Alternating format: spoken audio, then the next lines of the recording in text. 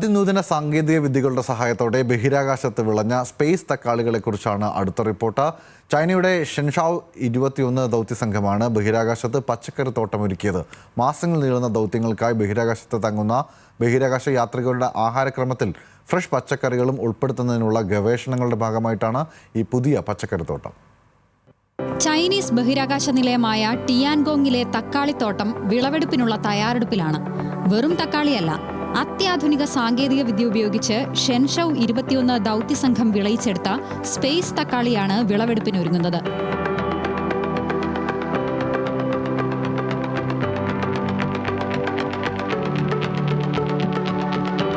മൈക്രോഗ്രാവിറ്റിയിൽ water aeroponic cultivation എന്ന സാങ്കേതിക വിദ്യയാണ് 6 മാസത്തെ ദൗത്യത്തിനിടെ 3 അംഗ ബഹിരാകാശ സംഘം പരീക്ഷിച്ചത്. കഴിഞ്ഞ വർഷം ഒക്ടോബർ 31 ആരംഭിച്ച ദൗത്യം 100 ദിവസം പിന്നിടവേ പ്രതീക്ഷിച്ചതിനും നേരത്തെ വിളഞ്ഞ തക്കാളികൾ രുചി നോക്കാൻ തയ്യാറായി കഴിഞ്ഞു. തക്കാളി, ചീര, മധുരക്കിഴങ്ങ് എന്നിങ്ങനെ വിവിധ വിളകളുടെ 10 ബാച്ചാണ് ടിയാൻഗോങ്ങിൽ പരീക്ഷണ വിധേയമായി കൃഷി ചെയ്തത്.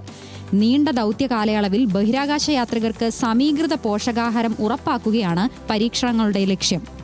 ഭാവിയിൽ കൂടുതൽ പച്ചക്കറികളിലേക്കും നാണ്യവിളകളിലേക്കും പരീക്ഷണം വ്യാപിപ്പിക്കാനും പദ്ധതിയുണ്ട്. കഴിഞ്ഞ ജൂലൈയിൽ ടിയാൻഷവ് 9 ദൗത്യസംഘമാണ് ചൈനീസ് ബഹിരാകാശ ഗവേഷണ ഏജൻസിയായ CARTC വികസിപ്പിച്ച വാട്ടർ എയറോപോണിക് കൾട്ടിവേഷൻ ഉപകരണം ബഹിരാകാശത്തെത്തിച്ചത്. International desk, news Malayalam.